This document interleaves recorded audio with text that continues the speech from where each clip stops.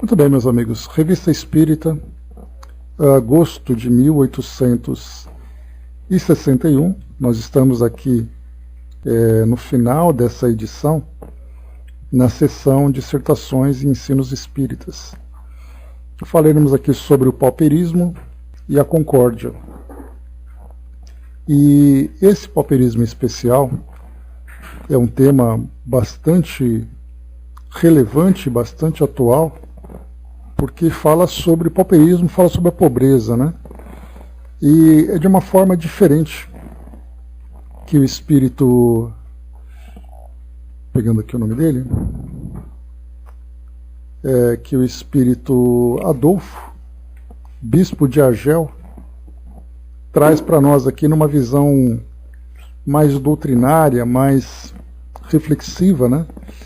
Não necessariamente nos instruindo sobre a importância da caridade, mas que nós compreendamos o porquê, o efeito da pobreza no mundo em que nós vivemos hoje.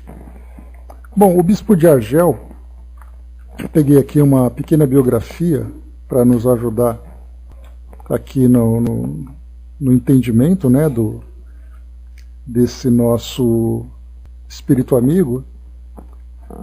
Ele fez parte aqui de duas publicações no Evangelho segundo o Espiritismo, né, dentre outros espíritos também que participaram, né, e outras obras também aqui, outras passagens, né, em que ele foi notado.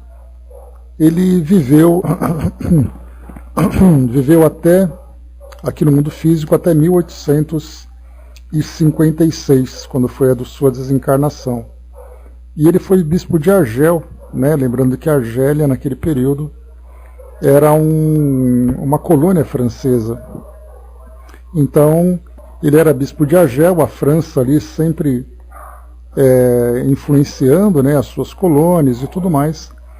E ele foi uma pessoa muito caridosa, né? Então, um dos trabalhos que ele fez foi exatamente no auxílio, né, das causas sociais daquele local. E depois, né, o sucessor dele, inclusive, o bispo Louis Pavie, acabou fazendo um ataque contra o espiritismo, né, porque a doutrina espírita fazia uma influência naquela região da Argélia, né? Então, uma polêmica ali acontecendo naquele meio. Mas o bispo de Argel, como a gente sempre lembra, né, o Adolfo em especial, os espíritos então que participavam das instruções e de artigos também que eram publicados no Evangelho segundo o Espiritismo, na Revista Espírita, eram espíritos que falavam com conhecimento de causa. Então, sendo Adolfo, o nome dele oficial Antony Adolphe Dupuy, né?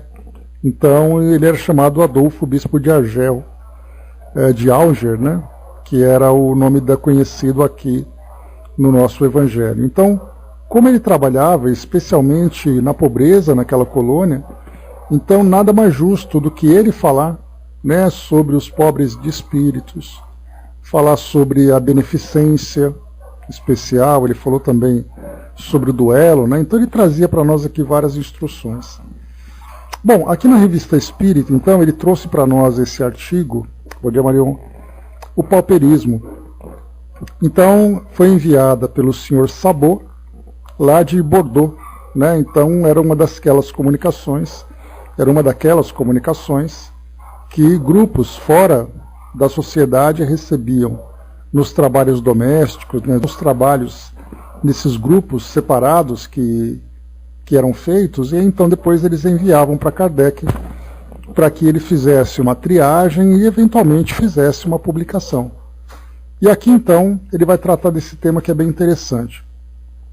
Só para a gente contextualizar, hoje, em especial, em Paris, por coincidência, está acontecendo uma grande reunião com líderes de Estado falando sobre o uso, né, do financiamento global para diminuir as desigualdades, investimentos na proteção ambiental e tudo mais, né?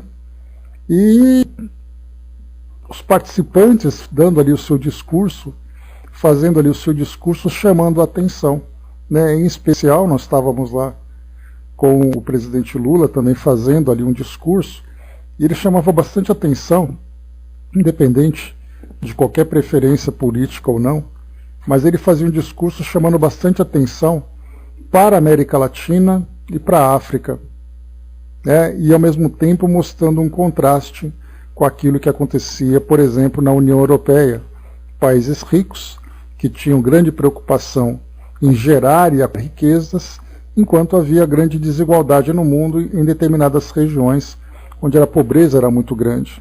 Então, nesse evento oficial, de nível mundial, nós encontrávamos ali esses líderes debatendo sobre de que forma que nós poderíamos acabar com a pobreza, acabar com a fome, acabar com a miséria, acabar com todas essas desigualdades, tentando encontrar soluções, né, para que diminuísse esses tantos sofrimentos que acontecem no nosso mundo hoje. E aqui então nós vamos encontrar nesse artigo os argumentos do Adolfo, né, do nosso instrutor, muito coerente com essa realidade que nós estamos vivendo hoje. Essa tentativa de diminuirmos essas desigualdades e essas dificuldades todas, mas nós não podemos apenas olhar por esse aspecto material, que pessoas estão passando fome e vamos resolver esses problemas.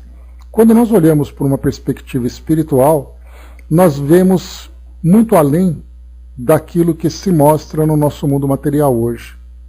E ele vai chamar atenção sobre isso. Vamos então aqui conversar com esse texto e sobre esse texto. Então ele diz assim: em vão os filantropos da terra sonham com coisas que jamais verão realizar-se. Lembrai-vos destas palavras do Cristo: sempre tereis pobres entre vós, pois sabeis que estas são palavras de verdade. Meu amigo, agora que conheceis o Espiritismo, não achais justa e equitativa essa desigualdade das condições, que fazia levantar vossos corações, cheios de murmúrio contra esse Deus, que não havia feito todos os homens igualmente ricos e ditosos? Pois bem, agora que sabeis que Deus agiu com sabedoria em tudo quanto fez, e que a pobreza é um castigo ou uma prova, buscai amenizá-la, mas não lanceis mão de utopias para fazer os infelizes sonharem com uma igualdade impossível. Certamente, por uma sábia organização social, é possível aliviar muitos sofrimentos. É isso que se deve visar. Mas pretender que todos venham a desaparecer da face da terra é uma ideia quimérica. Sendo a terra um lugar de expiação, sempre haverá pobres que expiam nessa prova o abuso dos bens de que Deus os fizera dispensadores, e que jamais experimentaram a satisfação de fazer o bem aos seus irmãos, que entesouraram moeda por moeda para acumular riquezas inúteis a si mesmos e aos outros, que espoliaram as viúvas e os órfãos para enriquecer.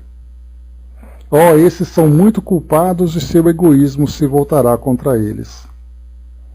Guardai-vos, entretanto, de verem todos os pobres culpados em punição. Se para alguns a pobreza é uma expiação severa, para outros é uma provação que eles devem abrir mais rapidamente o santuário dos eleitos. Sim, sempre haverá pobres e ricos, a fim de que uns tenham o mérito da resignação e outros a da caridade e do devotamento. Quer sejais ricos ou pobres, transitais sobre um terreno escorregadio, porque vos pode precipitar no abismo, na descida do qual só as vossas virtudes vos podem reter. Quando digo que haverá sempre pobres na terra, quero dizer que enquanto houver vícios, que dela façam um lugar de expiação para os espíritos perversos, Deus os enviará para nela se encarnarem para seu próprio castigo e o dos vivos. Merecei por vossas virtudes que a vós Deus não envie senão espíritos bons, e de um inferno fareis um paraíso terrestre. Adolfo, bispo de Argel, é o nosso correspondente, trazendo aqui essas valiosas reflexões. Bom dia, Gilda, bom dia, embaixador. Então vamos lá, vamos analisar aqui, né, essas colocações dele, né, belíssima, né, Regina? Então aqui primeiro ele fala para nós, sempre tereis pobres entre vós. Passagens do Evangelho, confesso que não pesquisei para vermos aqui exatamente em qual trecho se encontra, mas essa realidade para nós ela é bastante compreensível. Quando ele diz, meu amigo, agora que conheceis o Espiritismo, não achais justa e equitativa essa desigualdade das condições que fazia levantar vossos corações, cheios de murmúrio contra esse Deus, que não havia feito todos os homens igualmente ricos e ditosos? Essa primeira reflexão traz para nós, então, que o conhecimento que nós temos dos princípios espíritas fala para nós especialmente sobre lei de causa e efeito e fala para nós sobre reencarnação. Então, ao olharmos para o mundo de hoje, da forma, né, Fabi colocou, né, Jesus fala assim, né, pobres, esses sempre os tereis, a mim não. É um pouco antes dele ser preso, salvo engano, né? Obrigado, Fabi. Então tá aí a colocação, né? Então depois pesquisemos. Então, quando nós estudamos sobre esses conceitos doutrinários, diferentemente da visão que se tem no mundo hoje, que é uma visão muito prática, uma visão muito pragmática, né? Ou seja, né, se tem pessoas que vivem na pobreza, basta nós resolvermos então, né, essa questão que eles serão felizes para sempre. E na verdade nós tratamos aqui de questões muito mais profundas, começando pelos próprios valores de cada indivíduo, das suas capacidades e da sua própria história. Então nós olhamos para cada indivíduo, né, como a gente faz aquele exercício, né, que já foi feito outras vezes, que a gente comentou, de quando a gente olha na rua, no trânsito, né, até comentei com vocês que essa observação surgiu quando eu me encontrava numa praça de alimentação de um shopping, e aí então, olhando ali para aquelas pessoas todas, né, eu ficava pensando, será que elas se dão conta que elas são espíritos encarnados? Será que elas se dão conta que elas estão aqui vivendo experiências com espíritos afins, que as suas dificuldades fazem parte das suas experiências e tudo mais? Né? São aquelas reflexões de quem está comendo ali numa praça de alimentação, está almoçando, e não tem muita coisa para pensar, e você começa a observar as pessoas. E essas reflexões, então, nos levam exatamente a esse entendimento, mostrando que cada um de nós está aqui nesse mundo hoje com propósitos, com um programa reencarnatório, programa esse que foi gerado em virtude daquilo que nós praticamos no passado.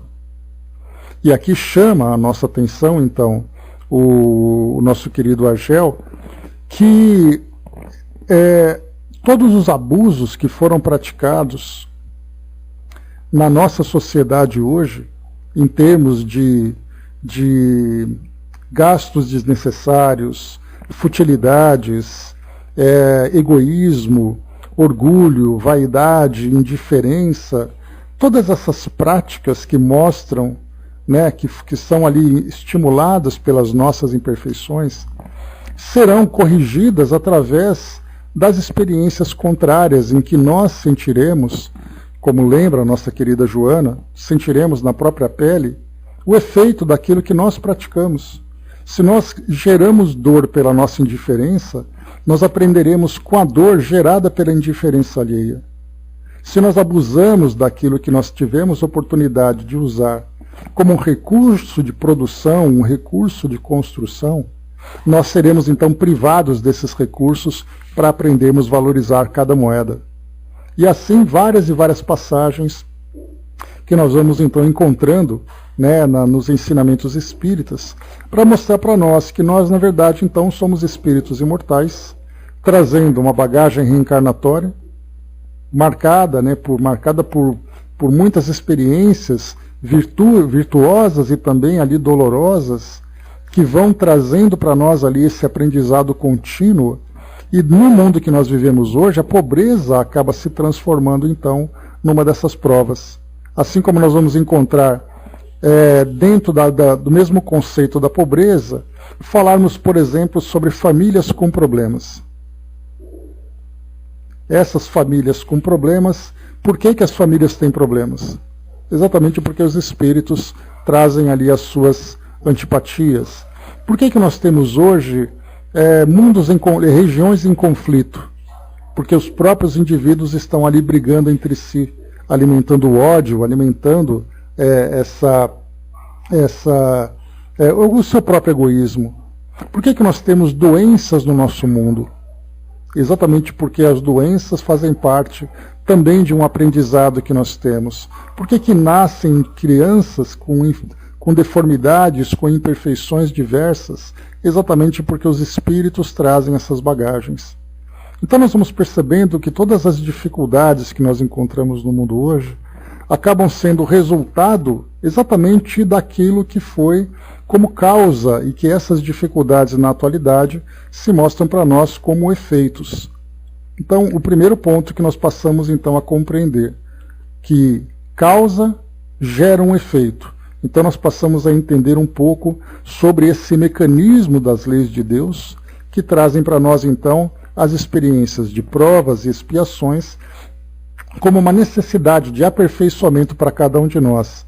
Seja uma prova como um teste de caráter para que nós possamos fortalecer as nossas virtudes, seja como uma expiação que oferece para o espírito a oportunidade de resgatar a sua própria história, resgatar o seu passado.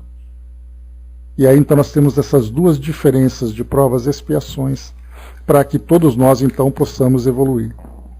A Fabi trouxe para nós aqui nessa pesquisa, então ali João, capítulo 12, versículo 7, mas Jesus respondeu: deixa-a em paz, pois para o dia da minha sepultura foi ela que guardou isso. Quanto aos pobres, vós sempre os tereis convosco, mas a mim vós nem sempre tereis. Então aqui Mateus também, 26:11, pois quanto aos pobres, sempre os tereis convosco, mas a mim nem sempre me tereis. Ele disse isso quando uma mulher entrou na última ceia e ungiu os pés de Jesus com um óleo muito caro. Judas disse que isso era um desperdício e deveriam vender unguento para dar dinheiro aos pobres. Aliás, foi na casa de Lázaro, 6 dias antes da Páscoa. Obrigado pela pesquisa, Fabi.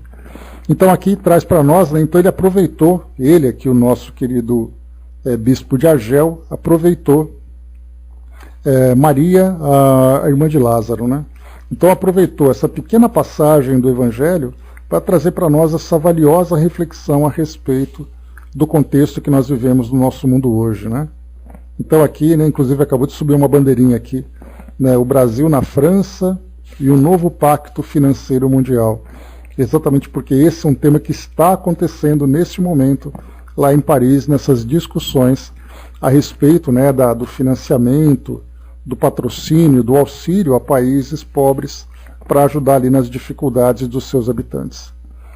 A Angelina lembrou aqui, lembrei dos tripulantes do Titã. O custo dava para alimentar muitos que não tem nada. Mas sabe, Angelina, tem um detalhe muito interessante da gente refletir. O Carl Sagan, já comentamos sobre ele, aquele astrônomo dos anos de 1980, que promovia a ciência de uma forma bastante acessível. Ele escreveu, numa das passagens, num dos capítulos do livro O Mundo Assombrado pelos Demônios, ele dizia assim para nós: muitas pessoas questionam por que gastar fortunas para pesquisar o espaço com tantas pessoas passando fome aqui no mundo. E ele colocava, mas o detalhe da fome aqui no mundo não é porque há investimento na ciência, mesmo para aqueles que não compreendem a sua utilidade, mas é que a própria sociedade, sendo ainda tão desequilibrada, na forma como ela cuida dos seus recursos, é isso que gera pobreza. Então não é o fato de você investir num lugar faltando no outro. Se os recursos do nosso mundo fossem direcionados corretamente para a sustentação das necessidades daqueles que se encontram numa condição de maior fragilidade, a fome acabaria. Então, mesmo que nós pegássemos todos os recursos de guerra, pegássemos todos os recursos da ciência e investíssemos para acabar a fome, isso não acabaria. Porque isso é uma questão de valores que vão direcionar os esforços da humanidade.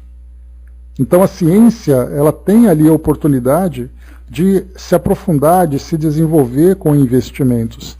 E ao mesmo tempo, tanto é assim que no Livro dos Espíritos, Kardec pergunta, né, sobre aquele tema da população mundial, se vai chegar um dia em que a humanidade vai extrapolar a capacidade da nossa Terra, e os Espíritos dizem que não.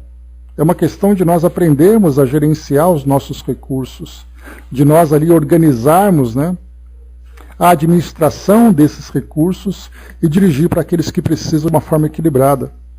Então, na verdade, não é falta, é mau uso. E é isso que chama atenção aqui para nós.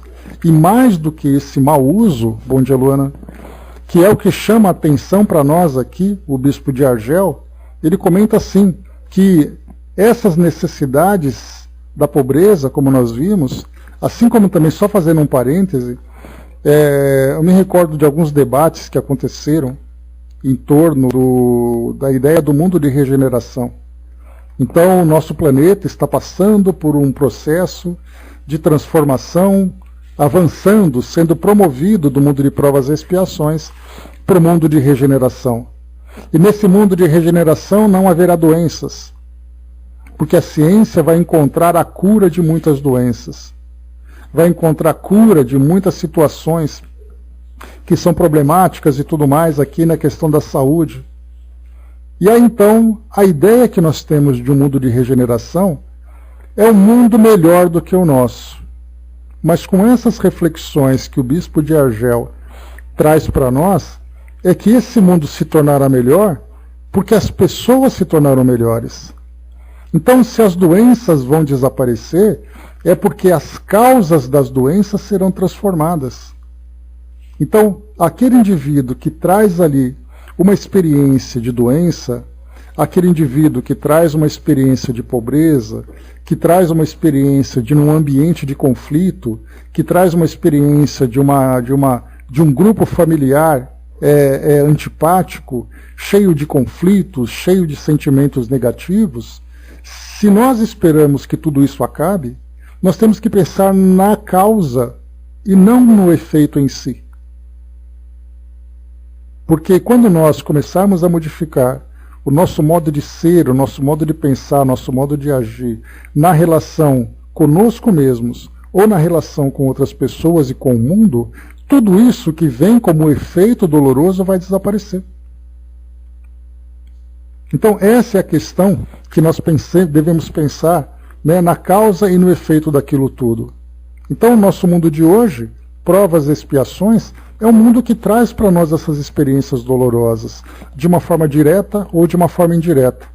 Direta no sentido de quando nós estamos experimentando essa experiência.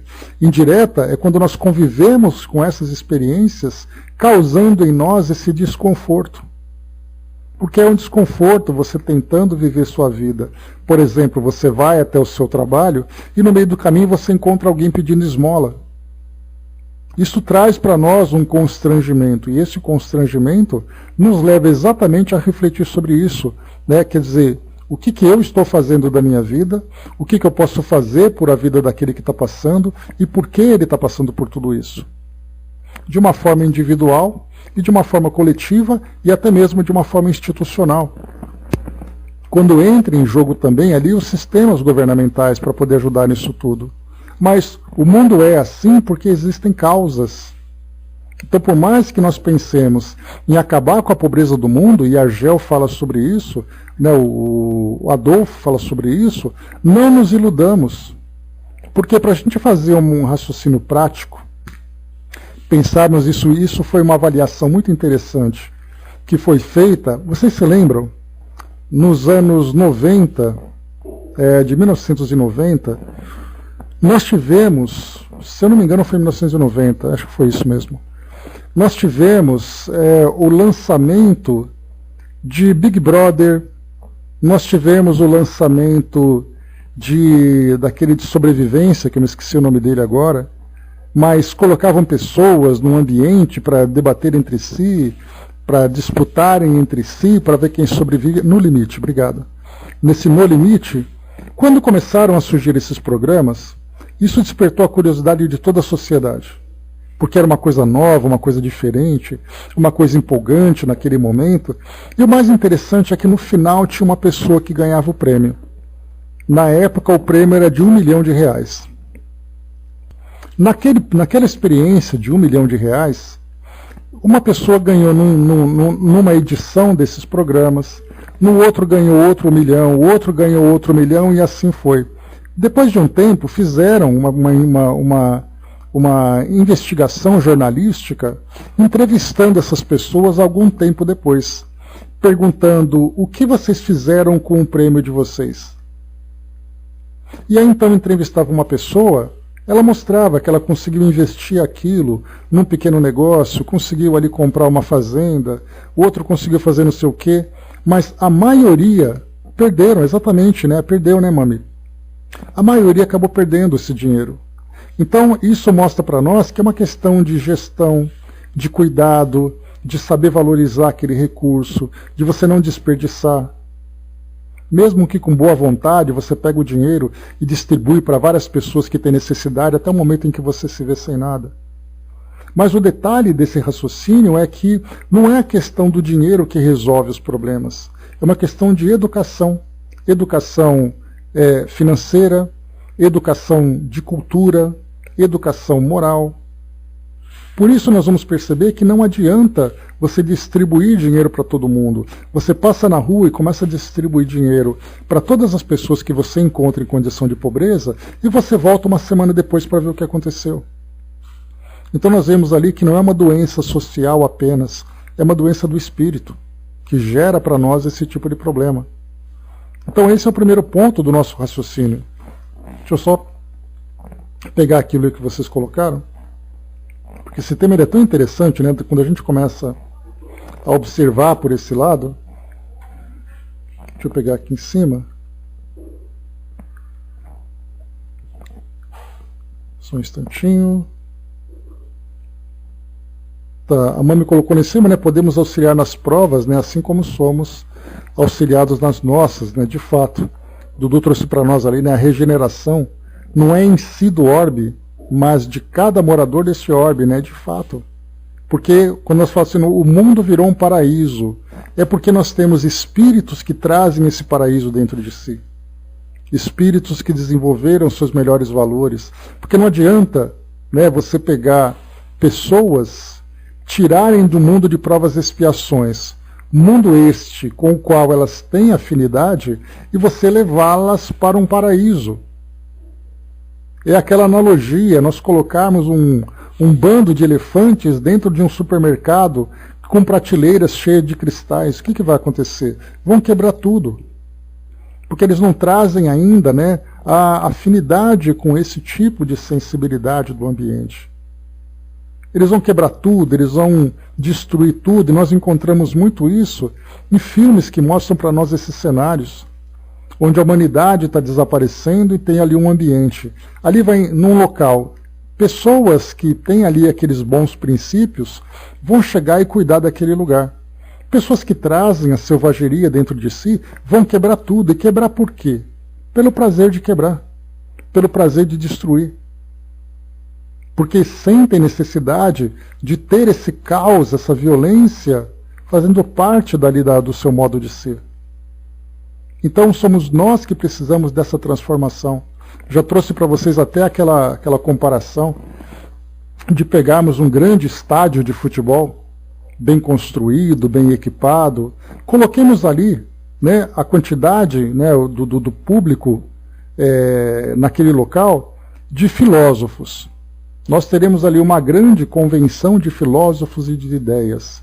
Coloquemos ali, então, tiremos os filósofos, coloquemos pessoas vinculadas a religiões, vivendo a sincera filosofia.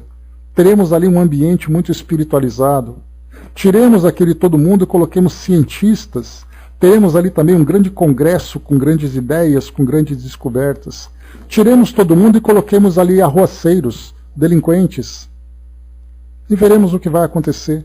O estádio é o mesmo, o que muda é o público. Então nós percebemos que o nosso planeta é esse grande estádio. Se nós queremos ver ali um estádio bem organizado, bem limpo, bem cuidado e tudo mais, observemos quem são os moradores dele. Então não tenhamos ilusão, diz para nós aqui o nosso querido Adolfo, de querer pregar essa ideia utópica de que o nosso mundo será um dia o paraíso, se nós não pensarmos na educação espiritual das pessoas que vivem nesse planeta. O Fabi colocou em cima também.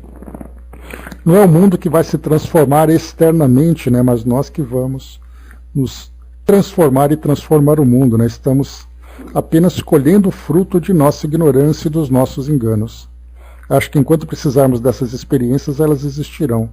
Mas, por exemplo, tem um hospital fundado por um filantropo, que pena que não lembro o nome, mas vou pesquisar, né? Ele fundou um hospital gratuito nos Estados Unidos, onde o sistema de saúde público gratuito não existe, né? Então, isso é interessante da gente comentar também. A Regina tinha lembrado aqui também, pior é dizer que era sonho de vida e aprendizado, né? Daquelas experiências desses reality shows, né? Fabi colocou, né? E a fila de médicos para trabalhar nesse hospital, né? Onde todos ganham de forma muito semelhante, mas todos querem trabalhar nesse local de ajuda.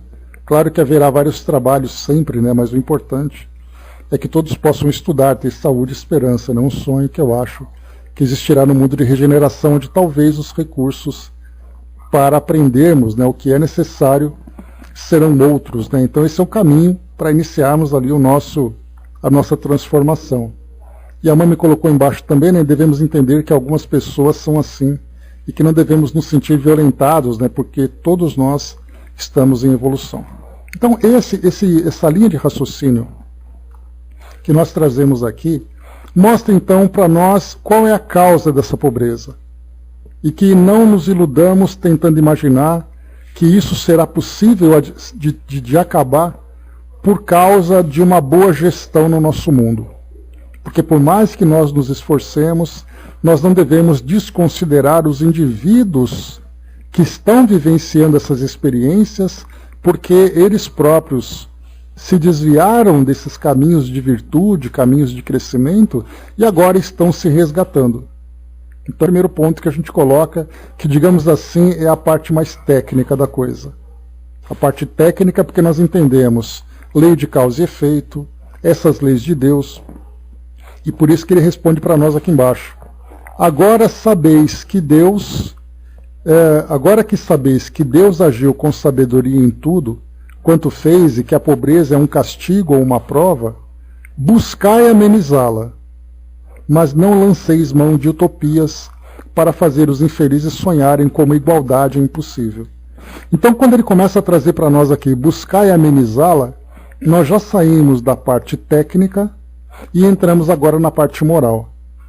Porque o fato de nós estarmos aqui, no mundo de provas e expiações, vivendo experiências diferentes daqueles que outras pessoas estão vivendo, para nós também é uma experiência de provas e expiações. Porque você pode não estar vivendo a prova em si da dor, mas você vai conviver com a dor. E conviver com a dor é para você também a parte de uma experiência, a menos que você seja um missionário. Que, sem dúvida nenhuma, não é nosso papel nesse mundo hoje. Pelo menos não missionário no sentido de grandes espíritos que reencarnam aqui no mundo para transformar os valores da humanidade. Nós trazemos as nossas pequenas missões que cabem numa caixinha de fósforo,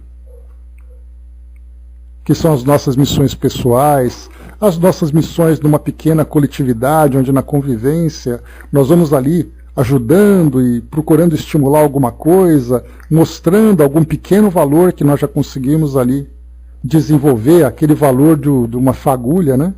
Do tamanho de uma fagulha, mas é ali a nossa missão. Mas conviver, né, no mundo como o nosso é porque nós fazemos parte dele.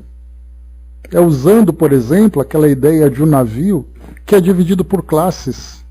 Aquela classe mais difícil, aquela classe mais limitada, né? Vou pegar um avião, vai. Onde nós temos o avião que você tem a classe econômica, tem a classe executiva e tem a primeira classe. Tá certo que você pode ocupar posições e ter algum privilégio dentro desse avião, vivendo nessas classes diferentes. Mas o avião é o mesmo. Se por acaso passar um susto naquele avião, ele passar no meio de uma nuvem e sofrer ali alguma turbulência, todo mundo, da primeira classe à classe executiva, a classe econômica, vai passar por essa turbulência. Isso significa que nós estamos vivendo essas mesmas provas. Só que para uns, a dor é a sua necessidade maior. Para nós, ver essa dor é aquilo que vai nos estimular a essa sensibilidade. Hoje nós temos a oportunidade de olhar para o mundo e vermos essas dores e procurarmos de alguma forma nos sensibilizarmos e procurarmos amenizar essa dor. Agora, se nós passarmos indiferentes a ela, observemos isso. Se nós passarmos indiferente a esses desequilíbrios que existem no nosso mundo e acharmos que nós não temos nada com isso, aí então da próxima vez nós aprenderemos por outra perspectiva, que significa vivenciar essa dor para poder aprender com ela, porque vendo nós não aprendemos, né? E a gente vai lembrar sempre. Naquela passagem que eu sempre trago para vocês, né? Em loco, né? Naquela passagem que eu trago para vocês, né? Temos ali, né? Os ingênuos são aqueles que só aprendem com as próprias dores, com os próprios erros. Os arrogantes são aqueles que não aprendem nem mesmo com os próprios erros. E os sábios são aqueles que aprendem com os erros dos outros. Então quem seremos nós? Os sábios, os ingênuos ou os arrogantes? E aí a gente vai lembrar sempre, né, que a doutrina traz para nós ali um atributo muito valioso de que é o entendimento, que é a compreensão das leis de Deus, das suas aplicações na nossa vida cotidiana. E quando ela desperta a nossa consciência, já não dá para a gente dizer que não sabia. Poxa vida, mas eu não tinha prestado atenção, eu não sabia que era assim. Sabia sim. Ainda mais nós que temos aqui tantas horas de voo, né? Tantas horas de estudos, páginas e mais páginas, e eu não falo aqui apenas no nosso grupo.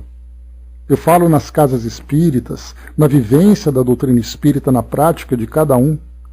Quantas e quantas horas de estudos, de trabalho, de palestras, de leitura, de discussões nós temos hoje na nossa vida. Em termos de conhecimento doutrinário, a doutrina espírita não ilude ninguém. Ela mostra para nós uma realidade crua, mas ao mesmo tempo uma realidade muito lógica. E também uma realidade muito esperançosa. Porque mostra para nós que aquilo que nós estamos vivendo hoje, em termos de dificuldade, é uma dificuldade temporária, porque todos nós estamos em processo de evolução. E assim que nós começarmos então a fortalecer cada vez mais essas virtudes que estão germinando dentro de nós, essas dores vão diminuindo. Então não é uma dor definitiva, não é um mundo perdido, como todo mundo diz. Esse mundo não tem mais jeito. Tem sim. Pode ser que nós não acompanhemos essa mudança, porque ela vai demandar um esforço em um tempo um pouco maior, além da nossa capacidade de acompanhar tudo isso. Por isso, então, é muito importante para nós vermos essa lição que o mundo hoje está transmitindo para nós de um modo muito racional, de um modo muito claro. A Mami colocou lá em cima nosso espinho, né, que nos lembra sobre necessidade de transformação, sendo mais fraternos, né? Ou seja, nós muitas vezes vivemos as provas que nos machuca, que nos fere, mas ao mesmo tempo nós estamos dando vazão às nossas virtudes, né? Fabi colocou, né? Tem toda a razão, ainda estamos trabalhando por nosso crescimento, por nosso aprendizado, né? Tão longe ainda de missionários que vêm em favor dos outros, né? De nós. Lembro daquela parábola do servo que fez o que deveria fazer e ainda quer elogios, né? Pois é, o elogio já é a paga que ele precisa. André lembrou, né? Me lembro sempre das castas na Índia, tão antigo e tão atrasado sobre esse aspecto. É que lá na Índia, né, Andréia, se nós pensarmos, é que existe uma classificação social. Então é mais fácil de você definir. Mas de uma forma oculta, a nossa sociedade também vive castas. É a casta do condomínio, é a casta do carro, é a casta daquele que vive em bairros, é a casta daquele que pensam de formas diferentes. Então, quer dizer, a gente só muda ali o registro que nos choca, né? Que a gente fala assim, um absurdo. A Índia pensar em pessoas que são mais pobres, mais simples, não podem conviver com as ricas. Se nós olharmos no mundo todo hoje, as sociedades também são divididas assim. Porque o orgulho, a vaidade, o egoísmo são virtudes, ou melhor, são imperfeições que podem também ser virtudes, naturalmente. Né? Lembrando que uma vaidade virtuosa é aquela vaidade que faz com que nós cultivemos, né, o amor por nós mesmos. Se eu pensar no orgulho, não é um orgulho destrutivo, mas é a alegria, a felicidade de fazer as coisas bem feitas. Essa ideia do egoísmo, por exemplo, é uma ideia de sobrevivência, de proteção. Então, podem ser classificadas como virtudes por um determinado aspecto, mas também como grandes imperfeições. Como a nossa sociedade planetária está impregnada com esses mesmos valores, essas mesmas imperfeições, nós somos assim. Se você vai para Tóquio, lá no Japão, você vai encontrar essa divisão de classes. Se você vem para o Brasil, você vai encontrar. Se você vai para a Inglaterra, você vai encontrar. Na Índia, tem plaquinhas, é diferente. Quer dizer, só é mais clara, né? Só é mais patente. Fabi colocou, né, mas olha só, né, vamos supor mesmo que nunca ouviu nem mesmo falar de Jesus aqui na Terra, quanto mais de Espiritismo, né? Mesmo assim, são espíritos que já receberam essas orientações em outros tempos e na reticidade. Então não temos desculpas, né? E como Jesus disse, né, faz ao outro o que gostaria que lhe fizessem, né? Não dá para dizer, eu não sabia, né? É que quando a gente traz essas intuições gravadas, né, na nossa consciência, nem sempre elas são vividas, né, com clareza, né, de uma forma patente. Agora, quando nós estudamos e conversamos sobre isso, refletimos, pesquisamos, demonstramos, aí então a ideia de dizer que não sabia era muito maior. A responsabilidade que nós temos era muito maior. Né? Angelina lembrou em cima que tem jeito, né, e estamos bem melhores, sim. Estamos num processo de crescimento muito valioso. Só que é um crescimento que vai num tempo diferente do nosso. O nosso tempo é um tempo de calendário. O tempo de Deus é um tempo da necessidade, das condições de cada indivíduo. Então, essa oportunidade que o nosso mundo está vivendo hoje, de grandes transformações nesse campo moral, esse choque de realidade que a gente está vivendo, vendo tudo isso que acontece à nossa volta, trazendo tanta indignação, tantas angústias, tantas ansiedades, esse processo faz parte, né, essas experiências fazem parte desse processo de crescimento do nosso mundo. Porque eu me recordo que um espírito disse, numa outra vez, numa mensagem que eu ouvi, que ele falava assim, que para você arrumar as coisas, você antes precisa desarrumar tudo, porque elas foram colocadas de um jeito desorganizado, aí você precisa tirar tudo e pôr de volta. Nós estamos nessa fase de arrumação das coisas, então para nós causa um impacto muito grande. Mas é aquele momento de trabalho, mas é um trabalho com esperança, sabendo que, embora nós não percebamos, pois é, sim, Regina. Então, assim, embora nós não percebamos essa mudança acontecendo no nosso dia a dia, nós sabemos que cada contribuição que nós damos vai se somar a um conjunto de outras ações que no tempo certo vai ali se mostrar de uma forma mais clara. Temos que ter essa paciência, temos que ter essa esperança. A Fabi colocou, né, tem razão, né? E olha que lá na Índia, segundo Emmanuel, era um povo espiritualizado, né? Olha o nível de orgulho e vaidade que temos em cuidar de nós mesmos, né? Então, é parte desse aprendizado, né? Cada sociedade tem ali seu próprio tempo.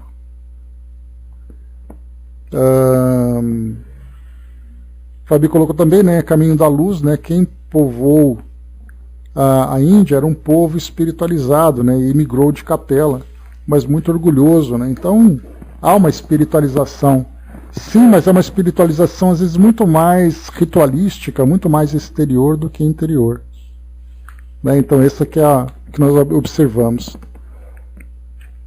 A Angelina colocou, né, a cada um é dado conforme o merecimento de aprendizado, né? Então, se a cada um é dado conforme esse merecimento e aprendizado, para ter aquilo que nos proporciona a verdadeira felicidade, nós precisamos merecer, né? E esse merecimento virá exatamente através do esforço que nós fizermos. Um esforço de transformação moral, um esforço de resignação, né? Então temos ali várias tarefas a serem realizadas. Então aqui nesse final, só para a gente lembrar, quando ele fala para nós que ele diz assim, deixa eu pegar aqui, sendo a terra um lugar de expiação, sempre haverá pobres que espiam nessa prova o abuso dos bens de que Deus os fizera dispensadores, e que jamais experimentaram a satisfação de fazer o bem a seus irmãos, que entesouraram moeda por moeda para acumular riquezas inúteis a si mesmos e aos outros, que espoliaram as viúvas e os órfãos para enriquecer. Esses são muito culpados e seu egoísmo se voltará contra eles. Então a gente vê que, como eu falei para vocês, né, assim como viver uma pessoa que traz uma limitação na saúde, seja saúde mental, seja saúde física, é uma necessidade que ela tem de trabalhar o seu próprio corpo, de trabalhar a sua própria consciência. Para outros, uma condição social é o que vai fazer com que aquelas virtudes aflorem. Aquele indivíduo que vive num ambiente de guerra, que nós vemos aí pelo mundo afora, em que ele não tem paz, ele não consegue ter patrimônio, ele perde os entes queridos, vive numa constante pressão. Por que isso tudo? Porque ele traz em si sequelas de um espírito bélico do passado.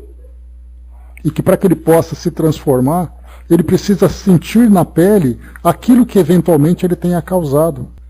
Então, não é uma questão de conformismo. Ele fez no passado, então ele vai sofrer agora.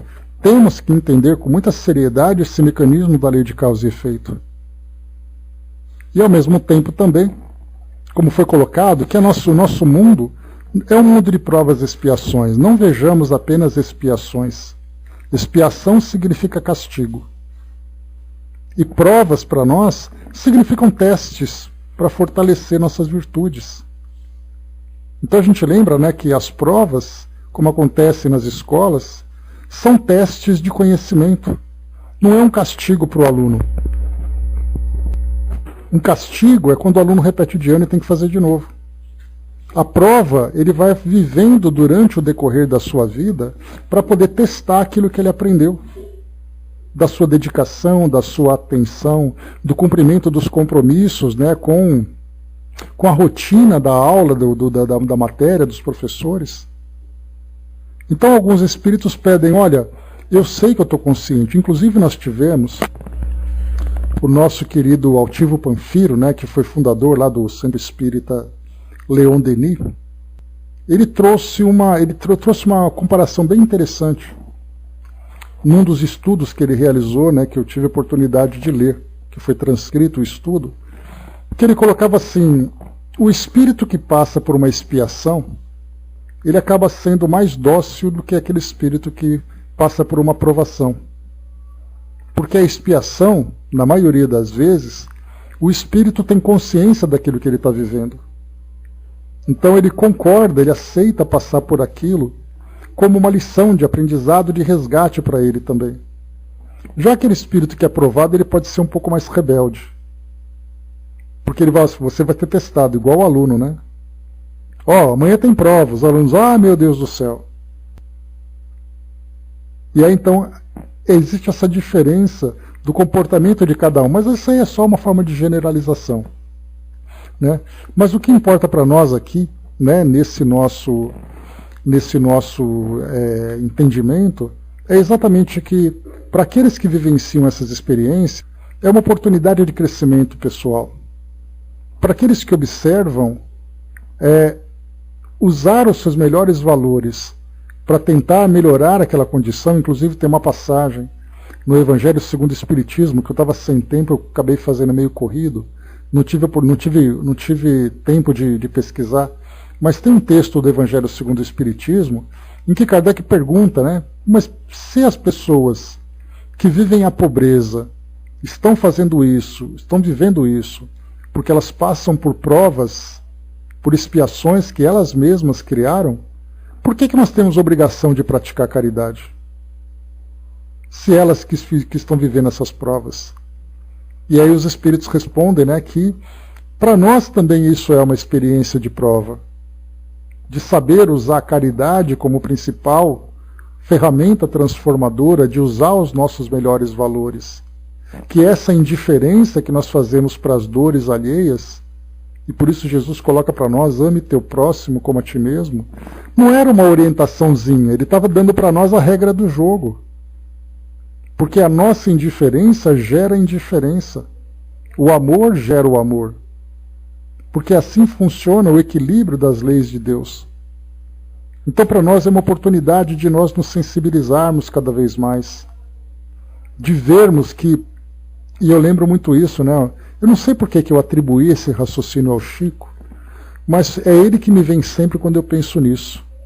Quando alguém me diz assim, olha, poxa vida, eu estou precisando de alguma coisa, eu procuro fazer da melhor forma possível, quando há essa possibilidade, porque me vem aquela frase assim, imagina você pedindo. Como não é você que está pedindo, tenta ajudar. Porque se chegar o dia em que você tiver que pedir, é você que vai se sentir constrangido. Então eu penso nisso, eu falo, bom, eu tenho que ficar atento, eu não posso simplesmente me fazer indiferente a isso tudo. O Fabi colocou aqui, né, no meu entendimento, desculpa porque sei que sou muito incipiente ainda, né, mas penso que estamos todos em processo de aprendizado, não castigo, né, uns em aprendizado, os outros em reeducação. Não, sim, Fabi, quando se fala sobre que a expiação vem como um castigo, é no sentido, né, a palavra castigo, inclusive, tem muitos espíritos, alguns espíritos que utilizam isso em textos dentro do Evangelho segundo o Espiritismo, por exemplo, que trazem para nós ainda a ideia do castigo, do pecado, né? Mas na verdade, assim, é o resultado doloroso das escolhas que ele fez, né? É o resultado doloroso das ações que ele praticou. E aí então, numa expiação, ele tem a oportunidade de rever, né? E na verdade, como a gente estudou inclusive num dos livros aqui, no Nas Fronteiras da Loucura, o Dr. Bezerra falava assim que, ou outro espírito, não me recordo, quando ele dizia assim que quando você passa por uma expiação, você não está devolvendo para aquela pessoa aquilo que você tirou. Porque a relação não é entre você e a pessoa que você feriu. A relação é entre você e a vida. Porque foi um desequilíbrio na harmonia geral que você provocou. Porque se aquela pessoa te perdoou, você não precisa devolver nada. Mas a devolução para a vida é uma obrigação que você tem. E você só vai conseguir se reharmonizar perante as leis de Deus quando você conseguir reequilibrar a própria consciência. Então por isso que os espíritos que vivem essas experiências da pobreza têm ali a oportunidade de passar por essas privações, mas principalmente não é em si a privação, mas é ele saber lidar com a ausência daquilo que para ele era tão importante. Porque do contrário, a gente vai achar assim que basta ele passar por aquilo, que já vai ser o suficiente, mas se ele passar por essa prova, cheio de revolta, cheio de indiferença, cheio de orgulho, ele continuará vivendo experiências dessa mesma natureza para despertar consciência, porque ele não aprendeu nada. Então tem que saber lutar a boa luta, saber aceitar, saber compreender as suas próprias necessidades e aproveitar essa oportunidade para crescer e não para se rebelar, como acontece. Bom dia, professor. Marião colocou, sempre penso que o melhor é dar do que pedir, pagar do que ser devedor. Não tem dúvida, né, Marião? Quando a gente tenta viver dessa forma, a nossa consciência sempre, acabando já, Andréia, a nossa consciência sempre se torna mais harmoniosa, nós sempre conseguimos conviver com mais paz dentro de nós. Né? Porque a gente sempre procura sempre fazer o melhor. É a melhor lição que a gente pode tirar disso tudo. A Angelina colocou, né? Sempre me coloco no lugar do ser que está precisando, né? Pergunta o nome, onde mora. Né? Faz diferença, né, Angelina? Pequenos gestos assim. Dudu colocou, né? Sou eu pagando a minha própria dívida e não pagando a dívida do outro, né? Não, eu devolvi para ele. Na verdade, é a sua consciência que está ficando tranquila. Né? A ideia, né? Você pegou alguma coisa de alguém emprestado e você esqueceu de devolver. E fica aquela luzinha acesa na sua consciência. Aí você pega aquela coisa, um livro, e devolve para a pessoa. E na verdade não é ela que ganhou o livro, é você que ganhou a paz de não ter ficado com algo que não te pertence. Então isso tudo para nós é muito importante da gente saber aplicar isso no nosso dia a dia, transformar isso numa filosofia de vida para todos nós. A Regina trouxe para nós, né, o item 118. Podem os espíritos degenerar? Não, à medida que avançam, compreendem o que os distanciava da perfeição. Concluindo uma prova, o espírito fica com a ciência que daí lhe veio e não a esquece. A experiência que daí lhe veio e não esquece. Pode permanecer estacionário, mas não retrograda. Essa questão é muito esclarecedora. E de fato, né, Regina, quando a gente fala sobre o espírito retroceder na sua jornada evolutiva, nós vamos falar aqui sobre a ideia do estacionário.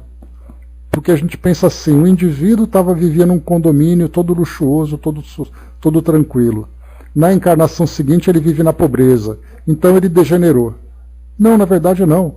O que mudou foi a condição social dele, mas ele como espírito continua ainda vivendo essas mesmas dificuldades, porque as mesmas imperfeições que ele tinha, vivendo com todo aquele conforto, as mesmas imperfeições agora serão estimuladas nessa condição de privação.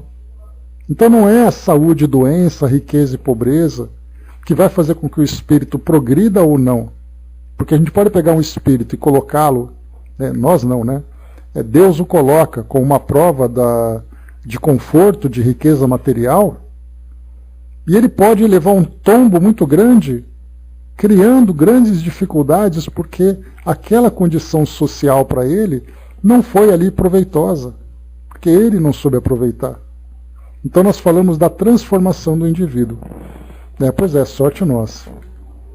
Então, meus amigos, para a gente poder finalizar aqui o nosso estudo de hoje, mais uma vez, a gente coloca aqui essa frase final, só para a gente lembrar, né, dessa grande conferência que está tendo hoje no mundo, para tentar resolver as dificuldades do nosso mundo, principalmente as dificuldades da pobreza, retrocesso, né?